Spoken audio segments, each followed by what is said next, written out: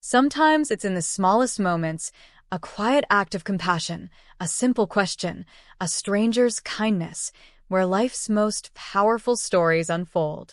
What you're about to hear isn't just a story. It's a reminder of the humanity we all carry inside us.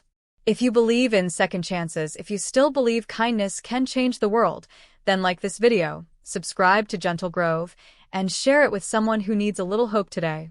And don't forget to comment your thoughts. We read everyone. The rain came down in cold, merciless sheets, blurring the Chicago city lights and soaking through every layer of clothing. It was one of those nights when the world felt a little too cruel, a little too loud, and a little too indifferent to the quiet suffering that hides in plain sight.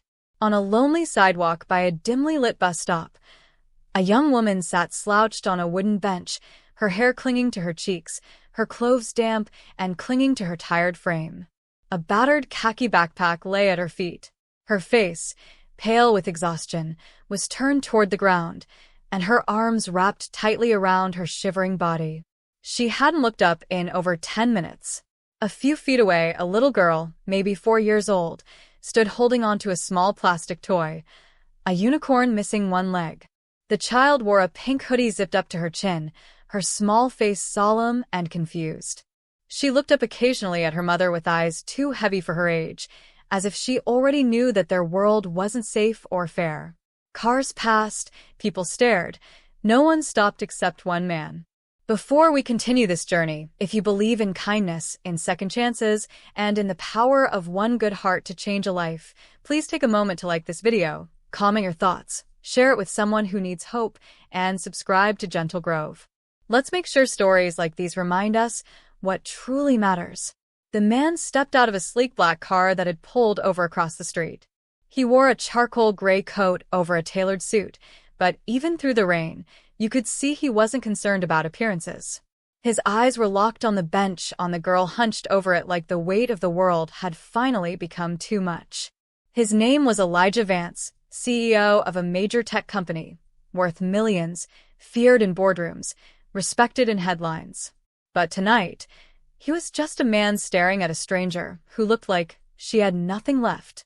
Something about her, maybe the way she shielded her daughter from the rain with her own body, or the way her hands trembled as she pulled her backpack closer, stopped him cold. Elijah knelt beside the child first, gently asking where her daddy was. The little girl just looked at him and pointed at the woman on the bench. "Mommy's tired," she whispered. That was when the woman finally lifted her head. Her name was Nia Williams, 28 years old. Former nursing student, single mother, abandoned 2 years ago by the man who swore he'd stay. Evicted 3 weeks ago, fired after missing shifts due to her daughter's fever. That night, she had just come from a failed job interview and had exactly $7.48 left to her name. She hadn't eaten all day. Her daughter, Zoe, hadn't had anything but crackers since morning. And the bus, it wasn't coming.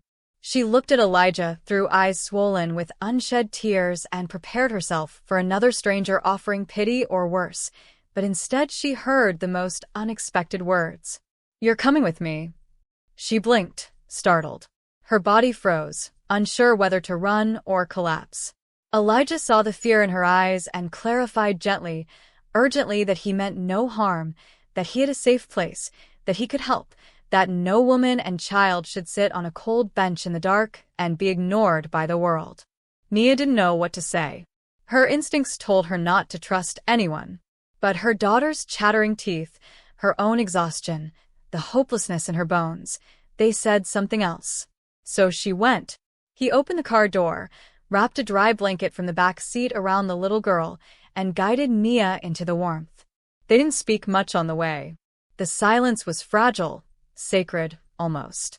At the next light, Nia whispered a single word. "Why?" But Elijah didn't answer right away. He just glanced at her, then at the child now asleep with her hand resting on Nia's lap, and said, "Because no one ever stopped for my mom either." What followed in the next few days wasn't a fairy tale. It was something better, real, raw, and human. He didn't hand her money or throw charity at her. He offered stability, a guest room, a warm meal, a doctor for the child, a moment to breathe. He asked questions, then listened. Slowly, she opened up. Her story spilled out of struggle, of betrayal, of the quiet dignity she fought to maintain even when life had taken everything. She cried for hours one night while watching her daughter finally sleep in a real bed.